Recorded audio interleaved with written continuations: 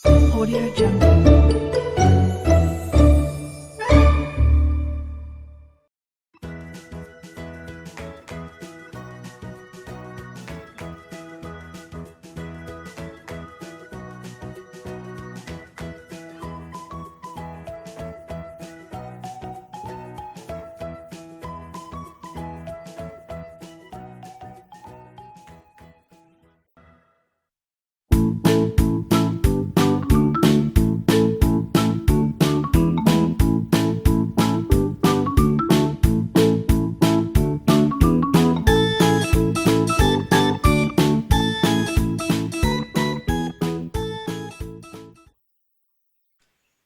Assalamualaikum warahmatullahi wabarakatuh, Pak.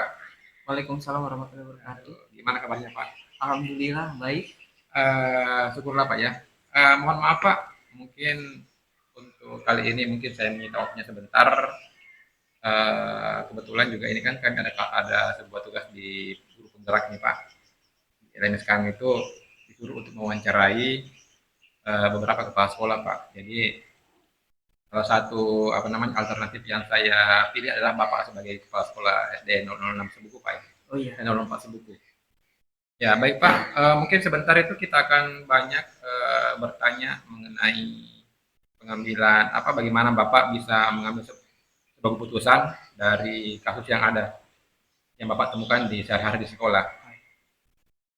Baik Pak ya, kita langsung aja Pak ya ke pertanyaan pertama Pak ya. Silakan. Ya baik.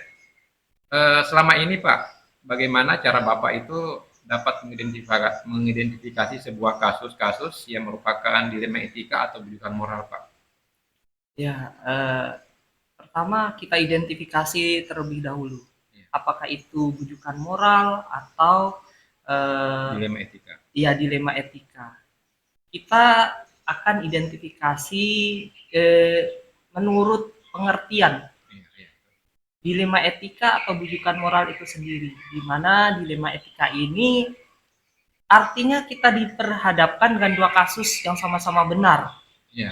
Sedangkan untuk bujukan moral diartikan sebuah pilihan kan Pak, dengan diperhadapkan dengan dua kasus di mana antara benar dan salah. Oh, jadi gitu Pak ya. Artinya selama ini kan Bapak mengidentifikasi sebuah kasus itu apakah dilema atau bujukan moral dilihat dari segi pengertian dari Pak ya? Segi pengertian. Oh iya. Baik Pak, jadi kalau selama ini bagaimana Bapak menjalankan pengambilan keputusan di sekolah, terutama untuk kasus-kasus di mana ada dua kepentingan yang sama-sama benar atau sama-sama mengandung nilai kebajikan? Tentunya kita akan mungkin diadakan musyawarah dulu. Keputusan yang kita ambil didasari beberapa pertimbangan, di mana pengambilan keputusan tersebut kita analisis dengan sesama, di mana yang lebih prioritas yang akan kita selesaikan terlebih dahulu. Di sini juga kita melihat sisi urgensinya. Oh, jadi gitu Pak ya, artinya Bapak juga memandang dari sisi urgenitas dan juga sisi prioritas Pak? Ya. Oh, begitu Pak ya. Kemudian Pak, langkah-langkah atau prosedur apa saja yang selama ini Bapak lakukan ketika mengambil sebuah keputusan itu? Ya, tergantung dari permasalahannya Pak. Kalau misalnya permasalahannya di lingkungan sekolah, misalnya pembelajaran, kita mungkin akan memanggil wali kelasnya. Tapi kalau sudah kenakalan anak yang mungkin tidak bisa diselesaikan di sekolah, mungkin kita akan memanggil orang tua dari siswa tersebut. Oh, jadi tergantung dari situasinya Pak ya, Ya. kondisi yang berlaku pada saat itu. Selanjutnya Pak, itu hal-hal apa saja yang selama ini Bapak anggap efektif dalam pengambilan keputusan pada kasus-kasus dilema etika yang Bapak hadapi? Ya, yang pastinya seperti yang saya katakan tadi, kita menelaah dulu bagaimana urgensi dari masalah tersebut, dan kita akan melakukan diskusi dengan teman sekolah dalam satu sekolah kita, apakah bagaimana caranya alternatif yang bisa untuk menyelesaikan permasalahan tersebut. Oh, berarti tadi Bapak itu kembali ke pertanyaan kedua ya? Ya. Berarti di sini berarti Bapak itu tetap melihat dari sisi urgensinya, dan juga mengambil langkah berdiskusi dengan teman sejawat begitu Pak. Oh iya, baik Pak. Lanjut Pak, hal-hal apa saja selama ini yang menjadi tantangan dalam pengambilan keputusan pada kasus dilema etika yang dihadapi Pak?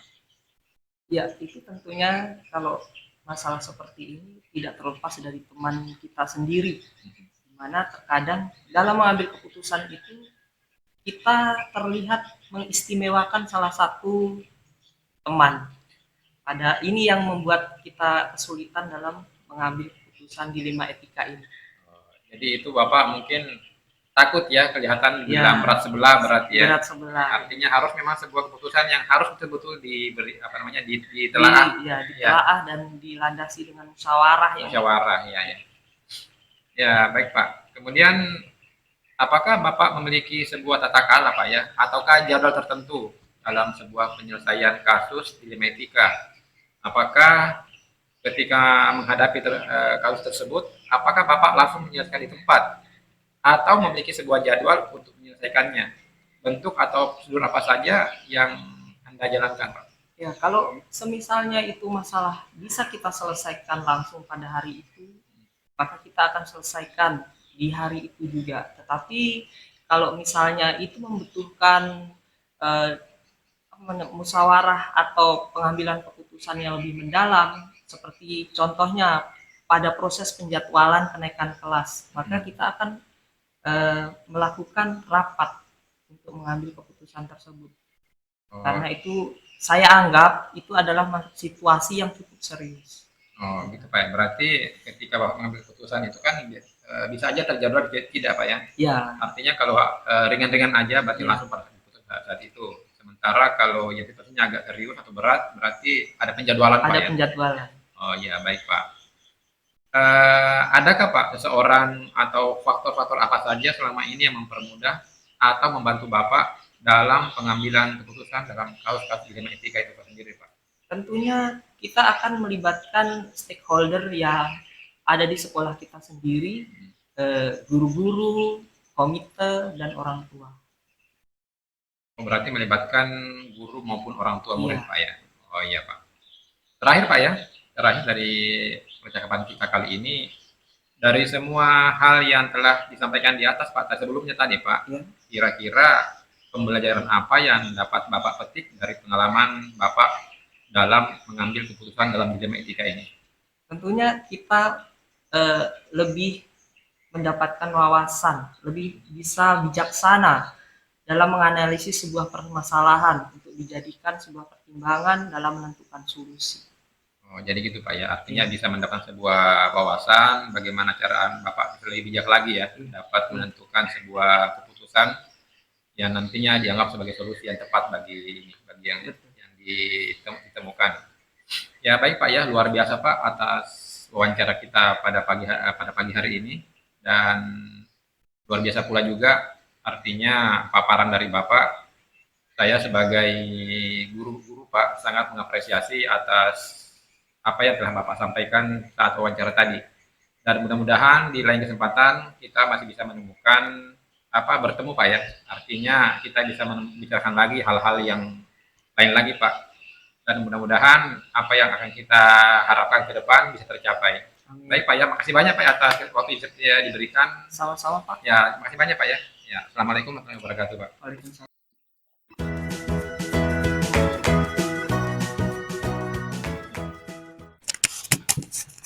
Baik, assalamualaikum warahmatullahi wabarakatuh. Bapak, apa kabar Pak? Waalaikumsalam warahmatullahi wabarakatuh. Alhamdulillah baik Pak Andi. Ya, minta maaf Pak ya, ini waktunya saya ambil sebentar ya. Baik. Mungkin mengganggu atau gimana Pak? Ini Pak, kebetulan kita ada tugas dari CGW Pak ya, itu tentang menanyakan berbagai macam kasus di beberapa kepala sekolah. Nah, salah satunya itu kan saya mengambil kasus dari Bapak sebenarnya. Jadi Bapak sebagai kepala sekolah dari SDN 006 Sebatik Barat. Sebatik Barat ya. Ya, mohon kiranya bersedia untuk meluangkan waktunya sedikit untuk percakapan mengenai bagaimana Bapak dalam menghadapi pengambilan keputusan yang berhubungan dengan nilai kebajikan Pak ya. Siap. Langsung aja Pak, kalau masalah untuk yang pertama itu selama ini bagaimana sih Bapak mengidentifikasi kasus-kasus yang merupakan dilema etika atau rujukan moral yang Bapak hadapi di sekolah? Baik. Biasanya untuk hal-hal yang kasus-kasus seperti itu, yang pertama mungkin dilihat dari sudut pandang apakah ada bertentangan dengan hukum atau tidak. Kemudian kalau misalnya bertentangan dengan hukum itu kan jelas-jelas berarti bukan moral. Iya. Kalau yang keduanya sama-sama benar nanti berarti itu dilema etika, Oh gitu Pak ya. ya, Berarti ketika dia bertentangan dengan hukum berarti itu semakin bukan moral Pak ya. rujukan moral. Tapi kalau dua-duanya benar berarti dilema etika ya. Dilema etikanya, Pak. Oh iya. Selanjutnya Pak, jadi, selama ini ketika Bapak menjalankan pengambilan keputusan di sekolah, itu terutama untuk kasus-kasus di mana Anda ada dua kepentingan ya, dua kepentingan yang sama-sama benar atau sama-sama mengandung nilai kebajikan, itu bagaimana Bapak menghadapinya? Biasanya kita kan menganalisis dulu kasus tersebut. Nah, kalau misalnya ini dilema etika, kita lihat dulu apakah ada menyangkut dengan kasus hukum atau tidak. Jika tidak, maka kita lihat contoh misalnya Pak, yang pernah saya hadapi, ini ada anak kelas 5, Iya, iya, Pak. kelas 5, dia usianya sudah 14 tahun. 14 tahun. Itu di kelas 5. Nah, anak ini sudah menurut informasi dari guru-guru sebelumnya itu sudah anggap langganan tidak naik kelas. Iya, iya. Nah, saya tanyakan kendalanya apa, ternyata anak ini mengalami disleksia. Disleksia, Ya, ya. ada kesulitan dalam membaca. Membaca. Tetapi anak ini rajin. Anak ini rajin tiap hari masuk ke sekolah, kemudian untuk bidang-bidang yang lain itu bagus-bagus saja, Pak. Nah, pada saat kenaikan kelas, ada sebagian dari teman-teman itu bersikeras agar anak ini tidak dinaikkan ke kelas 6. Nah, saya sebagai kepala sekolah yang pada saat itu baru menjabat selama 3 bulan, Iya, iya. kita lihat dari ininya lagi. Nah, sekarang kan kalau misalnya kita masuk ke SMP kan anak itu umurnya minimal maksimal ya 15 ya. 15 Pak ya. Nah, ketika anak ini ditahan lagi atau tidak naik lagi di kelas 5, maka usianya ketika dia lulus nanti itu sudah 16 tahun. Iya, Berarti ya si anak ini tidak bisa masuk ke SMP. Nah, dalam hal ini yang reguler Pak ya. yang reguler Yang ya. reguler, ya. Nah, karena kalau mau masuk yang seperti paket B itu agak sulit untuk di sana Pak. Artinya tempatnya jauh dan pasti dapat dipastikan anak ini pasti putus sekolah. Oh iya Nah, Pak. ini ada dilema. Dilema oh gitu ya. Ya, Betul. dilema. Jadi secara kalau kita lihat dari KKM misalnya ketuntasan KKM-nya memang betul anak ini tidak ada di beberapa mata pelajaran itu tidak tuntas. Tidak tuntas. Tetapi kita lihat lagi dari keberlanjutan pendidikan ini. Nah, ketika misalnya di kelas 5 ini ditahan lagi tidak naik kelas, otomatis begitu misalnya nanti naik ke kelas 6 dan lulus usianya sudah 16 tahun. Nah, dan kemungkinan besar karena dia tidak bisa masuk di sekolah reguler, maka dia akan putus sekolah. Jadi gitu Pak ya, artinya itu kan ada juga beberapa yang pro, ada yang kontra begitu Pak ya. Ya, artinya, pada saat itu. Memang agak sulit sih Pak. Terus Pak, dari kasus tadi yang Bapak hadapi itu kira-kira langkah atau prosedur seperti apa sih Bapak yang Bapak lakukan untuk menghadapi kasus seperti itu? Ya, yang pertama tentu kita kan rapatkan dulu dengan Dewan Guru. Pada saat itu rapat dengan Dewan Guru. Selain itu kita juga melihat dari ini langkah-langkah dalam pengambilan keputusan. Nah, kita lihat apakah ada ini mengandung unsur pelanggaran hukum atau tidak. Ya, betul. Nah, kemudian kita lihat ini keputusan yang diambil ini harus berpihak kepada murid. Betul. Nah, ketika misalnya saya putuskan pada saat itu tidak naik kelas, berarti nanti anak ini misalnya naik ke kelas 6, usianya sudah di atas 16 tahun baru lulus, otomatis kan anak ini tidak bisa melanjutkan ke sekolah reguler. Nah, dari situ kita ambil keputusan untuk tetap menaikkan karena ini hanya kesulitan di situ, di disleksia. Karena ini memang anak yang berkebutuhan khusus sebenarnya. Artinya hal-hal apa saja yang selama ini yang dianggap paling efektif Pak ya ketika Bapak mengambil keputusan dalam kasus dilema etika yang tadi. Ya baik Pak, selanjutnya Pak itu hal-hal apa saja yang selama ini Anda anggap efektif dalam pengambilan keputusan pada kasus dilema etika yang Bapak hadapi? biasanya kita sebelum mengambil keputusan kita mempertimbangkan dengan 9 langkah pengambilan keputusan. Betul sekali. Di mana salah satunya adalah dengan membuka fakta-fakta yang relevan dengan situasi ini. Di mana sebelum saya mengambil keputusan untuk menaikkan anak ini ke kelas 6 pada saat itu, saya menanyakan dulu ke wali kelasnya bagaimana perilaku anak tersebut, kemudian bagaimana kehadirannya, bagaimana dengan mata pelajaran yang lain. Ini kan kemarin persoalannya cuma kurang lancar membaca. Oh, gitu Pak. Tetapi di bidang yang lain, misalnya di olahraga, anaknya bagus, Pak. Oh, gitu ya. Jadi itu menjadi salah satu Indikator pertimbangan pertimbangan. pertimbangan kami di dalam mengambil keputusan untuk menaikkan anak ini ke kelas 6. Oh, Itu yang pertama. Kemudian yang kedua, faktor umur. umurnya. Iya. Mm-mm. Nah, ketika misalnya seperti yang saya sampaikan tadi, anak ini tetap ditahan di kelas 5, maka ketika dia naik ke kelas 6 nanti usianya sudah 15 tahun. Sudah lewat Dan berarti, Pak, ya, nanti lulus berarti di 16 tahun. 16 Nah, tahun. ketika 16 tahun berarti anak ini tidak bisa masuk di SMP atau yang sederajat yang Betul. sekolah reguler. Yang reguler, Pak. Nah, ya, seperti itu, Pak. Iya. Waduh, luar biasa Pak ya. Lalu Pak, selama Bapak mengambil keputusan itu, kira-kira ada enggak tantangan Bapak yang temui pada saat mengambil keputusan itu? Yang jelas tantangan pasti ada, Pak. Ada pro dan kontra. Jadi Ya, pada betul. saat itu ada beberapa teman guru yang tetap kekeh untuk tidak menaikkan anak ini. Wah, Tapi sebagian juga ada yang memperjuangkan anak ini agar bisa naik di kelas 6 karena faktor tadi umur. Nah, karena umurnya sudah 15 tahun. iya. Nah, ketika misalnya ditahan, nanti umur berapa dia lulus? Wah. Berarti tidak bisa melanjutkan ke SMP. Betul juga sih Pak. Ya, Iya. itu menjadi pertimbangan. Namun ini Pak ya, untuk selanjutnya, apakah Bapak itu memiliki sebuah apa ini tata kala atau jadwal tertentu Pak ya di dalam menyelesaikan kasus-kasus dilema etika ini? Kemudian apakah Bapak langsung menyelesaikan di tempat atau memilih sebuah jadwal untuk menyelesaikannya? Pada saat itu langsung diselesaikan pada saat rapat itu sih. Karena ini kan pada saat rapat kenaikan kelas. Oh gitu Pak. Jadi pada saat itu sudah ada pro dan kontra tentang anak ini. Kemudian kita seperti yang sebutkan tadi mengumpulkan fakta-fakta yang lain. Bagaimana perilakunya, bagaimana kehadirannya. Ternyata anak ini rajin. Oh gitu Pak Ya, ya. ternyata anak ini rajin. Berarti langsung eksekusi berarti Pak ya. Begitu ada masalah, mungkin pada saat ketika rapat baru kita bahas begitu anunya Pak ya, penyelesaiannya ya. Iya, tetapi tetap mempertimbangkan dengan pertimbangan-pertimbangan tertentu. Ya.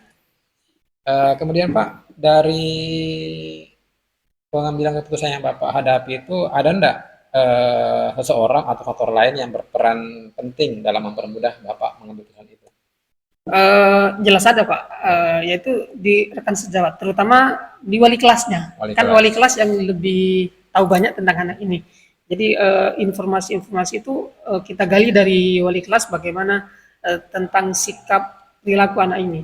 Apakah memang kita layak untuk naikkan atau tidak. Waduh, luar biasa Pak ya percakapan kita pada kali ini. Baik, yang terakhir Pak, dari semua yang telah Bapak sampaikan tadi, kira-kira pembelajaran apa yang dapat Bapak petik dari pengalaman Bapak mengambil keputusan dalam dilema etika ini?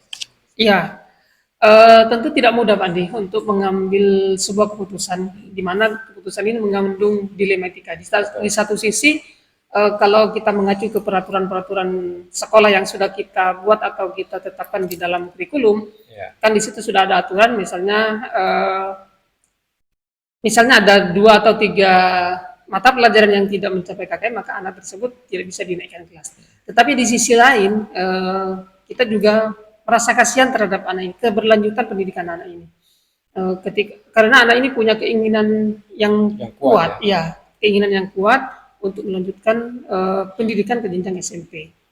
Itu menjadi salah satu pertimbangan kami pada saat itu, agar pada saat lulus di SD itu umurnya tidak lewat dari 15 tahun. Ya, jadi anak ini bisa melanjutkan ke SMP reguler. Baik Pak, luar biasa Bapak ya, artinya kasus yang Bapak hadapi itu luar biasa lah dalam penyelesaiannya. Baik Pak, demikian Pak ya bincang-bincang kita dalam Siap. pada kesempatan kali ini. Mudah-mudahan besok-besok kita lebih bijak lagi lah atau lebih mantap lagi lah Pak ya dalam pengambilan keputusan. Siap, insya Allah lagi. Ya, terima kasih banyak Pak atas Ya, apa yang sama-sama, diberikan. Mudah-mudahan kita kembali berkesehatan dan kita bisa Amin. ketemu lagi Pak ya. Amin, amin. Ya, terima kasih banyak Pak. Ya. Ya, Assalamualaikum warahmatullahi Ya. wabarakatuh. Waalaikumsalam warahmatullahi wabarakatuh. Oke.